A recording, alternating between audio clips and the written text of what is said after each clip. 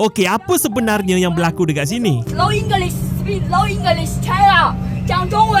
22 April 2026, pukul 2 pagi, flight Air Asia dari China ke Malaysia dah ready nak berlepas. Penumpang dah duduk, kabin dah tutup, kapten pun dah announce. Okay, let's go. Tak ada hujan, tak ada ribut. Ada seorang penumpang wanita ni mula marah-marah. Dia angin sebab 3 orang kawan dia tak sempat naik flight. Jadi dia minta kru Air Asia tu tunggu kejap. Bila kru kata tak boleh, dia persoalkan balik. Kenapa tak boleh? Kejap je kot, dalam bahasa Cina. Lepas tu, wanita ni call kawan dia. Dia cakap kuat gila sampai akak sebelah tegur dia, minta dia perlahankan suara. Noh, sudahnya akak tu pula yang kena sound. Siapa suruh kau? Tapi asbab dia kena marah tu, rezeki akak ni dia dapat free upgrade, dia dapat duduk depan. Masa ni lah penumpang-penumpang lain pakat keluarkan handphone, tekan rakam. Bila wanita tu nampak, lagilah dia naik hantu. Dia mengamuk suruh semua berhenti rakam. Bila keadaan semakin tegang, kru kabin datang minta wanita tu bawa bertenang. Tapi silap langkah, dia bantai cakap bahasa Inggeris dengan dia. Habis kru tu pula kena marah.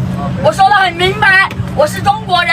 你作为一个机务人员，你讲中文你都讲不明白，你还是国际航班的航。 Daripada isu kawan tertinggal flight, jadi isu telefon kuat. Daripada isu telefon kuat, jadi isu orang rakam. Daripada isu orang rakam, tiba-tiba jadi ujian lisan. Lepas tu, ayat tu je diulang-ulang. Low English, speak low English, China， 讲中文。 Tapi yang paling menakjubkan, di tengah-tengah ketegangan ni, semua orang macam keseronokan. Sampai tukar rakam ni ambil kesempatan ngorat kru Asia tu.